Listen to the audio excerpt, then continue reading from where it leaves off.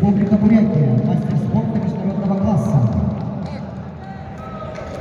Призер чемпионата мира.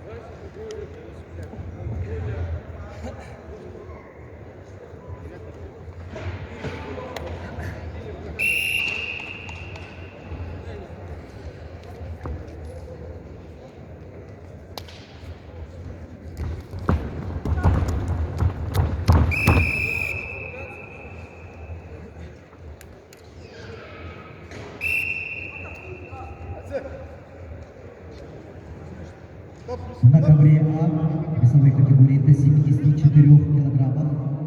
Полуфинальный поединок весовой категории до 74 килограммов ведут в красном трико представитель команды Республики Бурятия Тумен Бадиев, мастер спорта России, бронзовый призер первенства России, представляет Республику Республиканскую спортивную школу Олимпийского резерва, тренеры Вадим Цивиков, Нива Немаев, Эрдем Пелектуев.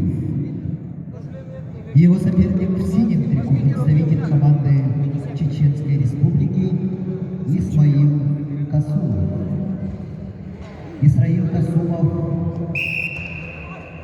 представляет Чеченскую Республику, параллельно Красноярский край, является чемпионом России, чемпионом Европы, мастер спорта международного класса, представляет спортивную школу Олимпийского резерва по вольной борьбе, тренеры Анатолий Мануилов, Виктор Алексеев, Асхат Касумов.